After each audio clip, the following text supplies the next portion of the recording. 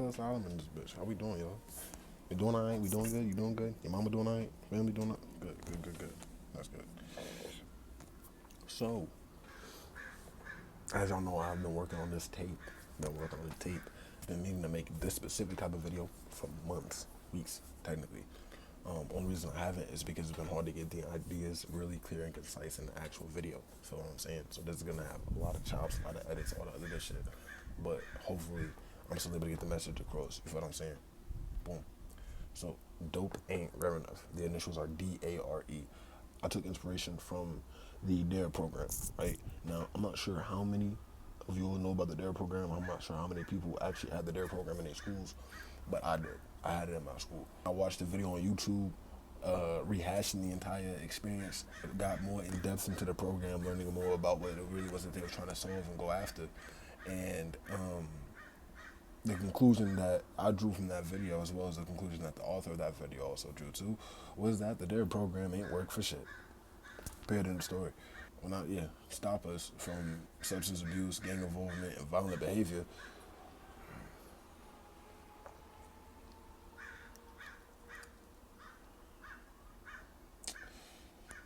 Yeah, all of those things are normalcies for me. Normalcies for the people that I'm around. Normalcies for the people that I grew up with. So, you feel me? And my pops and them, they grew up with that shit too. All the things that are in that normal for them as well. Doesn't mean that they do those things still to this day. They try to push away from a lot of those, probably outside of the substance abuse. Niggas love to smoke and drink, but feel me. Now, why I said dope, right? Dope is a word that got three definitions. Feel me? I'm big into words, huge into words. The most common definition that we use when you think of the term dope is a drug taken illegally for recreational purposes, right? Now, most people think of dope, they talking like the hard drugs, you know what I'm saying? For some reason, marijuana is classified as dope. When you talk about dope in the description, like its definition, marijuana is listed there, probably because of the criminalization of it and all that other good shit. But that's not the point. Point is, when they refer to dope, they're referring to a drug, right? And considering that we all do some type of drug now, we all dope, we all like to do dope. You know what I'm saying? Now, it got four more. It got three more definitions. It got a stupid person, what some people call oh, you a dope. Feel what I'm saying? Person who regularly takes drugs. Feel what I'm saying? And then something very good. Feel what I'm saying? We've all used dope in one of these ways before, so it's like I figured why not make a tape about it? Almost in a way, that little clip from me and cousin interview. I say, what does it mean to be dope? And it's because of all these definitions. Truly, what does it mean to be dope? The word has so many definitions, and we only really want the two. We really only want the two. The thing that's really good and a drug. So what does it mean to be dope? Feel me? I use those things in combination with a bunch of other shit to come up with this tape. No bullshit. No bullshit. Take heavy inspiration from Kendrick. I take heavy inspiration from Nas. Heavy inspiration from AZ when it comes to this type of tape. This is I wanted it to be a more storytelling type tape, similar to the Kendrick type Jones. I'm nowhere near that type of a storyteller, not yet. I do believe I can get there at points. I mean, no, at points. But in my music, it's just a little harder for me to do. So I want to start working on that a little bit more. I say that for certain. But overall, there is a story in this tape. There is a premise. Story is me, nigga. The song Numbers that I released almost a year ago, 2 years ago, I forgot how long it's been now. That was essentially the bridge into this tape. That was the introduction into this tape. That was the true introduction to this tape. Everything else was just tracks that I fucked with, more so, that I knew I could make a story out of, So there's that. This shit will be probably broken into two parts. I'm not gonna shit and cap. If this ain't broken into two parts and I make it into one part, I'm the greatest nigga in the world. No bullshit. Anyways, yo, it's 23 tracks on the tape in total. 24.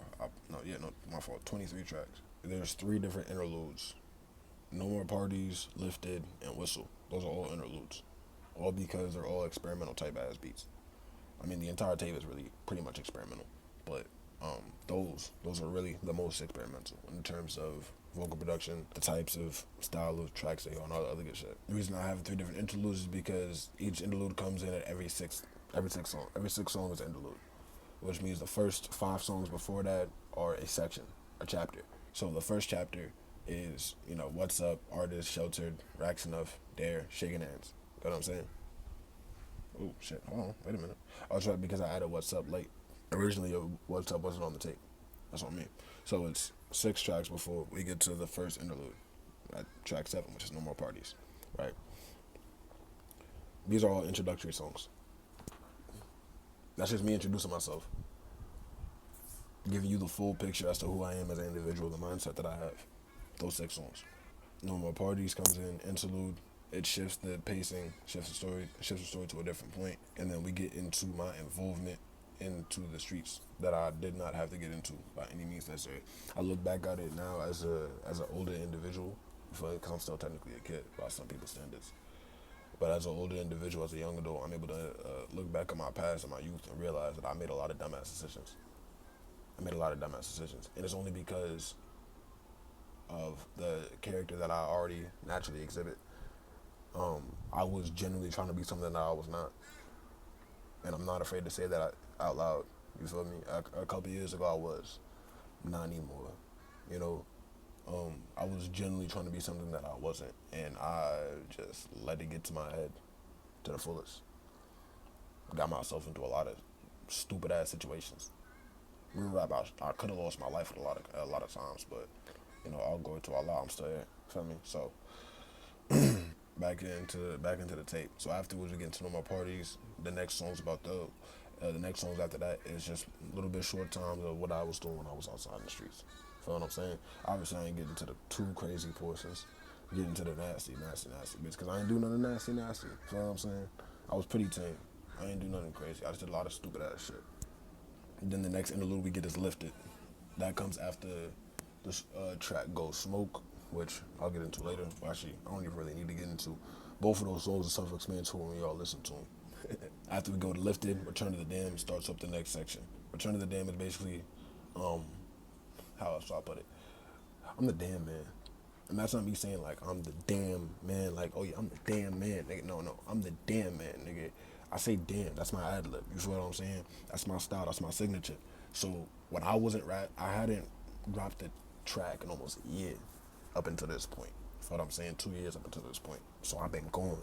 The damn man had been gone. The essence of what it means to be the most hyped that I am when I'm rapping and recording and doing all the shit was gone. It wasn't there. It wasn't present.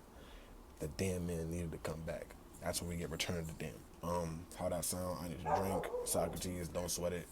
For me, those are all not necessarily self-reflection tracks, but those are tracks where I'm starting to recognize something within myself, and I'm starting to look within myself a little deeper, little deeper. I'm starting to stop looking at my situation from the surface and start to understand it from like actual more nuanced perspective. Whistle is when I finally start to self-actualize with it. Dope is essentially what it is. Dope. I mean, shit, whatever your definition of it is. But it's talking about how I view dope and how I view everything that it's supposed to be. Oh, that's a good shit. And then just my life as a whole. And then harmonics is the ultimate self-reflection. Well, technically everything after Whistle is just self-reflection. And everything that I was doing for myself, to myself, putting myself into. Feel me? So, anyways, appreciate y'all. Appreciate all y'all niggas for listening. Y'all be smooth. Have a good day.